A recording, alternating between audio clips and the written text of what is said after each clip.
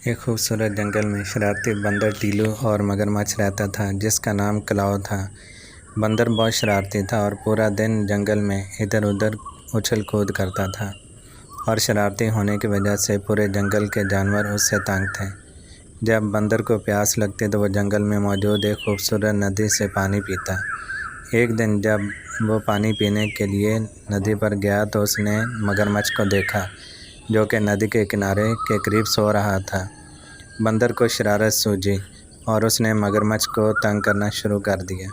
कभी पानी में हाथ मारता, कभी मगरमच्छ को पत्थर मारता, जिससे मगरमच्छ को बहुत गुस्सा आया और उसने अपने जबड़े खोलते हुए बंदर को डराने की नाकाम कोशिश की।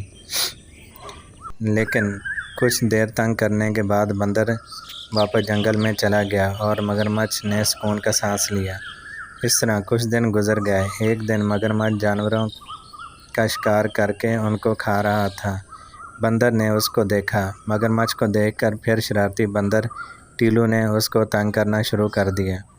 कभी उसकी पूंछ को खींचे और कभी उसके ऊपर चढ़कर उसको तंग करे। मगरमच्छ को बहुत गुस्सा आया और वो शिकार को छोड़कर बंदर से जान छुड़ाने के लिए उसका पीछे चलना शुरू हो गया। बंदर इधर उधर छलांगे लगाता हुआ मगरमच्छ को तंग करता हुआ जंगल की तरफ भाग गया। इस तरह काफ़ी जद्दोजहद के बाद मगरमच्छ की शरारती बंदर टीलू से जान छूटी। कलाव मगरमच्छ ने उस शरारती बंदर की वजह से नदी की उस जगह जाना छोड़ दिया जहां टीलू शरारती बंदर उसको तंग करता था।